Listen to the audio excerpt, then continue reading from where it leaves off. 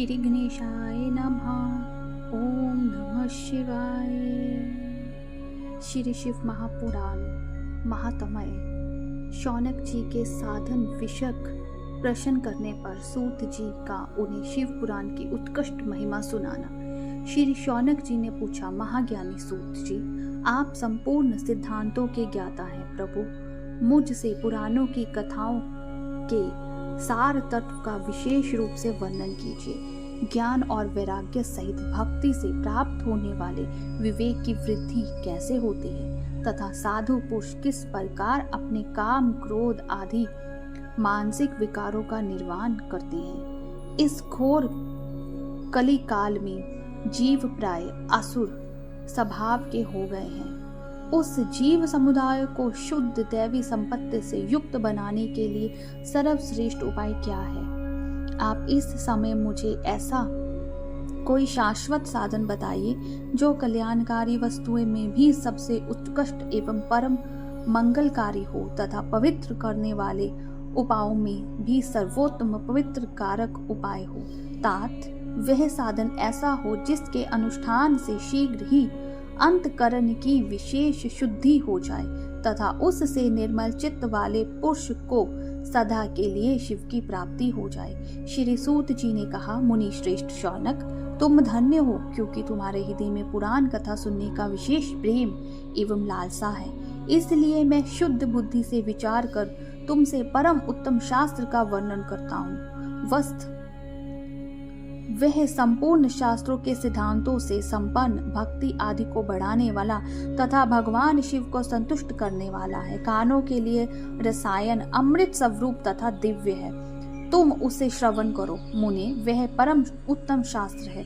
शिव पुराण, जिसका पूर्व काल में भगवान शिव ने ही प्रवचन किया था, वह काल रूपी सर्प से प्राप्त होने वाले महान शास्त्र का विनाश करने वाला उत्तम साधन है।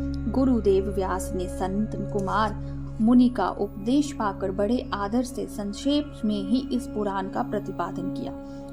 इस पुराण के प्रयाणन का उद्देश्य है कल युग में उत्पन्न होने वाले मनुष्यों के परम हित का साधन। यह शिव पुराण परम उत्तम शास्त्र है। इसे इस भूतल पर भगवान शिव का वाड्मय स्वरूप समझना चाहिए। सब प्रकार से इसका सेवन करना चाहिए। इसका पठन और श्रवण सर्व साधन रूप है। इससे शिव भक्ति पाकर श्रेष्ठतम स्थिति में पहुंचा हुआ मनुष्य शीघ्र ही शिव पद को प्राप्त कर लेता है। इसलिए संपूर्ण यत्न करके मनुष्य के इस पुराण को पढ़ने की इच्छा की है अथवा इसके अध्ययन को अभीष्ट साधन माना है। इसी तरह इसका प्रेम पूर्वक श्रवण भी संपूर्ण मनोवांछित फलों को देने वाला है।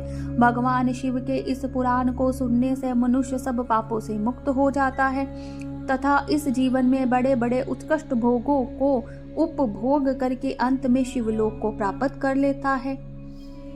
यह शिव पुराण नामक ग्रंथ 24,000 श्लोकों से युक्त है।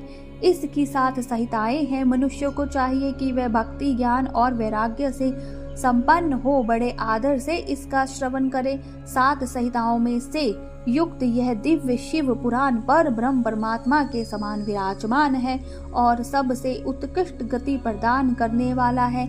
जो निरंतर अनुसाधन पूर्वक इस शिव पुराण को बाँचता है अथवा नित्य प्रेम पूर्वक इसका पाठ मात्र करता है, वह पुण्य आत्मा है।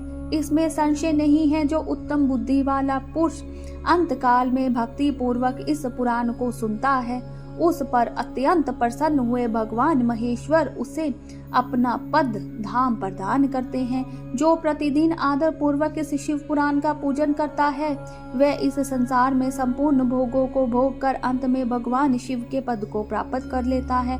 जो प्रतिदिन आलस रहित हो रेशमी वस्त्र आदि के वेष्टनन से इस शिव पुराण का सत्कार करता है, वह सदा सुखी होता है। यह शिव पुराण निर्मल तथा भगवान शिव का सर्वस्व है।